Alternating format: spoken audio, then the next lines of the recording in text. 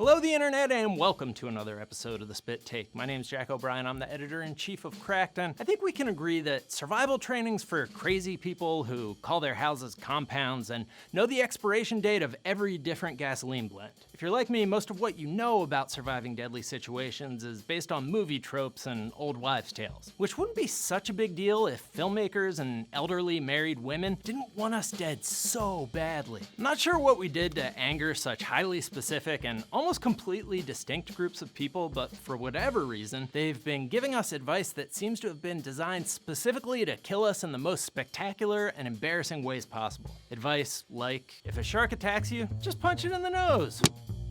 So, you ever notice how the tip of a shark's nose is small and kind of moves around a lot while they're trying to eat you? Especially compared to its much closer, giant, razor-toothed mouth and the also closer part of its face below the nose, which effectively functions as a ramp into said mouth. Follow-up question, how confident are you in your ability to throw punches while treading water? If you answered, very, Jack. I'm very confident in the accuracy of my swim punches. My condolences. Being a stupid person probably isn't going to be any easier without arms. If you insist on being confrontational, gouge out its eye. Know how their eyes roll over white when they attack? That's basically the shark equivalent of screaming, not the eyes. Personally, I'd suggest the equally advisable and far less difficult playing dead. Playing dead, it's the evolutionary Konami code cowards like me have used to cheat our way through millennia of being a rung on the food chain and thousands of wars. Playing dead, for when the going gets tough and the only part of you that gets moving is your bowels. Playing dead works with almost any predator except for bees, wolves,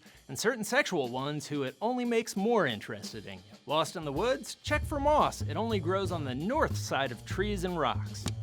I remember being told my whole life that moss only grows on the north side of a stone. Logic is supposed to be that in the northern hemisphere, the sun's generally down south, with the comfortable people who live closer to the equator. Since moss can't grow in the direct sunlight, all you have to do is find the nearest rock or tree and check which side the moss grows on. Easy peasy, hairy f***ed Weasley. This rule of bullshit-covered thumb benefits from the fact that no one thinks to check whether it's actually true until you're lost in the woods, at which point you learn that. Uh-oh. What the f*** is that? There's moss on the other side of the stone. Oh, perfect. There's moss on all of the sides. Turns out the forest tends to be a pretty shadowy place everywhere, which you'd be sure to tell people if you weren't about to die alone and hopelessly lost in the woods. If you have some time to kill, you can put a stick in the ground and mark the end of the stick shadow at 15-minute intervals. The first marker will be west, the last will be east. You're not gonna remember any of this. If you've got a watch, you don't even need to do all that shit. Just hold your watch flat and line up the hour hand with the sun. The point halfway between the hour hand and the 12 will be true north. If you don't wear a watch because you have an iPhone, your iPhone has a compass on it. You should have just done that. But Jack, you say, entirely too familiarly if I'm being honest. I don't go outside. I'll never have to find civilization because I don't intend to leave it even for a moment. Unfortunately, sometimes you find that nature is coming from inside the house. If you live in any of the states known as Tornado Alley, which you might have read about in our article, The 5 Worst Alleys, you know that when a tornado hits, all you have to do is open all your windows to let the pressure out, or something sciencey sounding that keeps your house from blowing away. You see the door pop open on the left-hand side, and suddenly, within about 4 seconds, the whole house is gone. Totally gone. Unluckily, opening the windows or doors does the opposite of that. And if you're not at your house, do not listen to Kevin Costner's advice. Just generally, but especially his tornado advice from Man of Steel. Go for the overpass! Take cover! Tornadoes collapse highway overpasses, Kevin. And if your classmate's not Superman, those suck to be caught under. If you can drive to shelter in time, do that, Avi, but if you can't, you're actually better off just pulling over, buckling your seatbelt, and protecting your head. So the idea that doorways are supposed to be earthquake-proof got its start in 19th century California, when homes were generally built of adobe, the building material equivalent of wet toilet paper. And the only thing that didn't crumble was the wooden door frame. So it only applies if you think you live in a 150-year-old house made of adobe, which, if you live in earthquake country, you're probably wrong about, since those all fell down 100 years ago.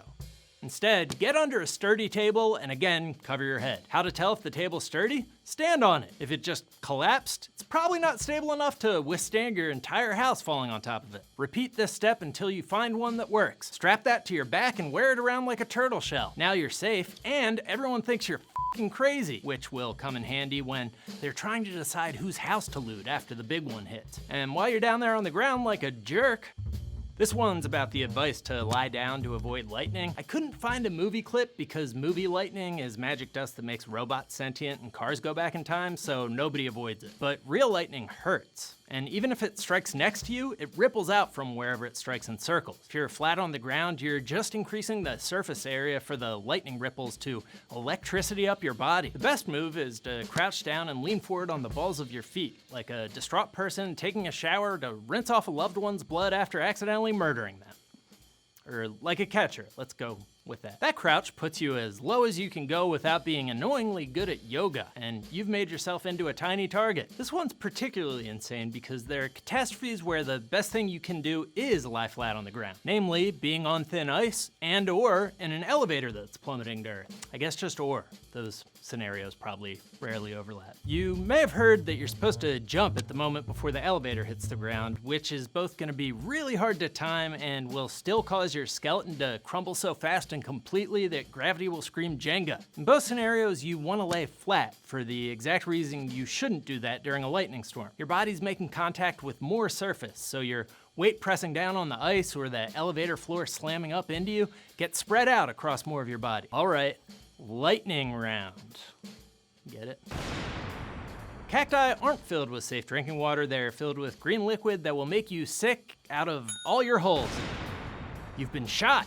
You've got to get that bullet out of you, so take off your shirt. Thus begins the gratuitous sex scene in every John McClane, Sarah Connor slash fiction I've ever written. And now I come to find out that's not even true. Bullets have just been flash disinfected by the explosion that sent them shooting into your body in the first place, so there's also a chance that digging around in there with something that hasn't just been baked at 1,000,000 degrees in a gun barrel will cause an infection or open an artery, so don't do that.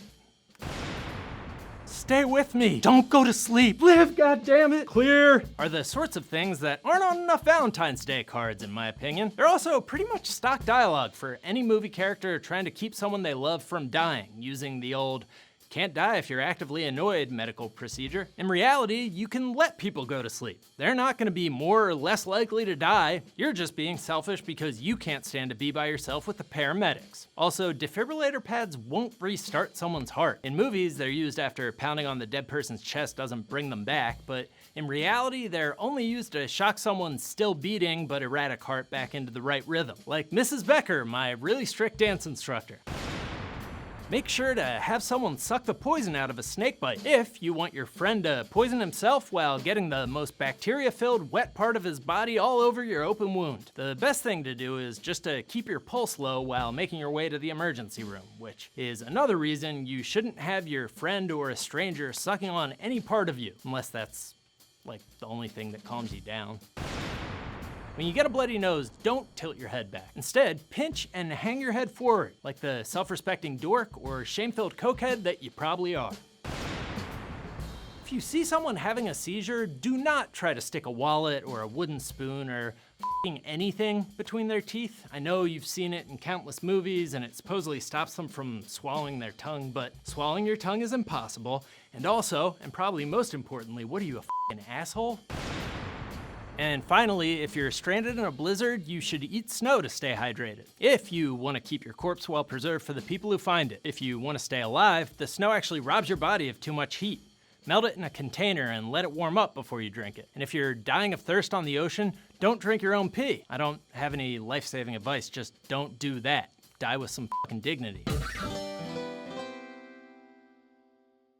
Hey everybody, thanks for watching that video on YouTube.